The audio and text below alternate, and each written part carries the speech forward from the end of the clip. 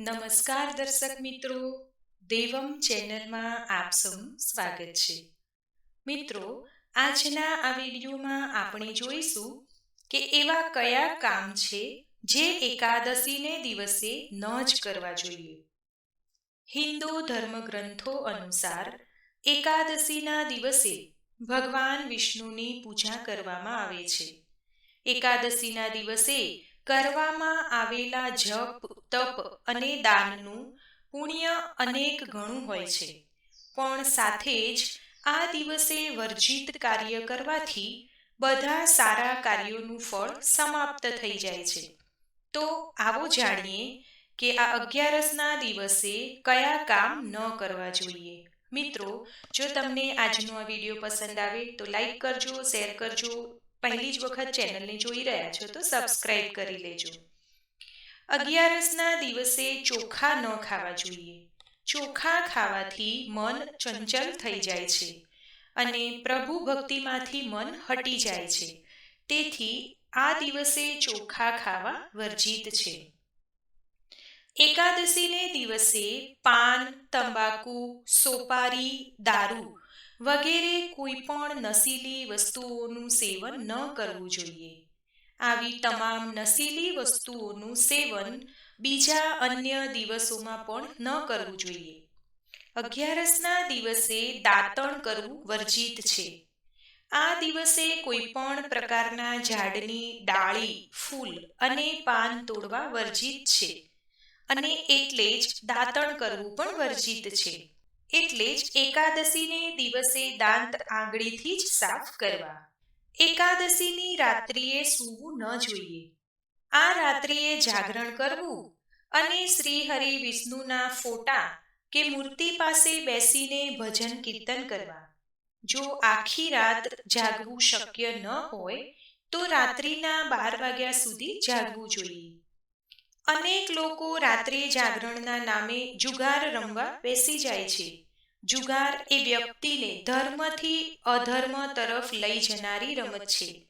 આનાથી ઘર પરિવાર વિખેરાઈ જાય છે, અશાંતિ અને ઝઘડા થાય છે. આથી જ 11ના દિવસે જ નહીં પણ કોઈ પણ દિવસે જુગાર ન રમવો જોઈએ. આ દિવસે ખોટું ન બોલવું જોઈએ. ખોટું બોલવું એક માનસિક વિકાર છે.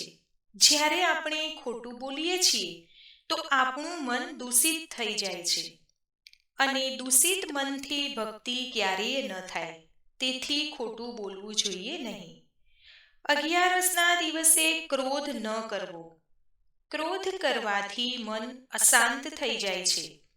ક્રોધ કરવાથી મન અને શરીરમાં નકારાત્મક ઉર્જા પેદા થાય છે, જે મનને સ્થિર થવા દેતી નથી. જેથી ક્રોધ ન કરવો જોઈએ. એકાદશીના દિવસે ઉપવાસ કરવો જોઈએ.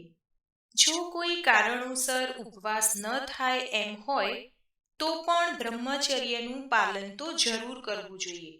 એકાદશીને દિવસે મનને સંપૂર્ણ રીતે સંયમિત રાખવું જોઈએ.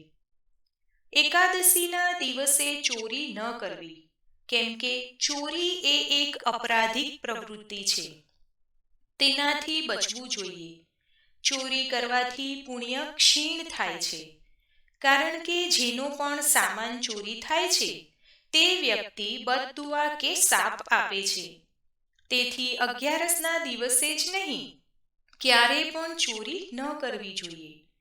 એકાદશીના દિવસે કોઈ પણ પ્રકારની હિંસા ન કરવી જોઈએ, કેમ કે હિંસા કરવી એ મહાપાપ ગણાય છે. કારણ કે હિંસા કરવાથી મનમાં વિકાર ઉત્પન્ન થાય છે. તેથી હંમેશા હિંસાત્મક કાર્યોથી બચવું જોઈએ. 11ના દિવસે વ્યક્તિએ પોતાની વાણી પર સંયમ રાખવો જોઈએ અને કોઈની પણ નિંદાકુતલી ન કરવી જોઈએ. મન, કર્મ અને વચનથી પૂરો સંયમ રાખીને એકાદશીનો ઉપવાસ કરવો જોઈએ.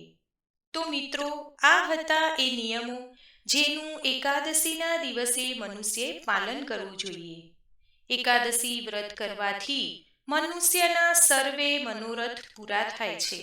ભગવાન શ્રી હરિ વિષ્ણુની કૃપા પ્રાપ્ત થાય છે અને સર્વે પાપોમાંથી મુક્ત થઈ અંતે મનુષ્ય ગોલોકને પ્રાપ્ત કરે છે.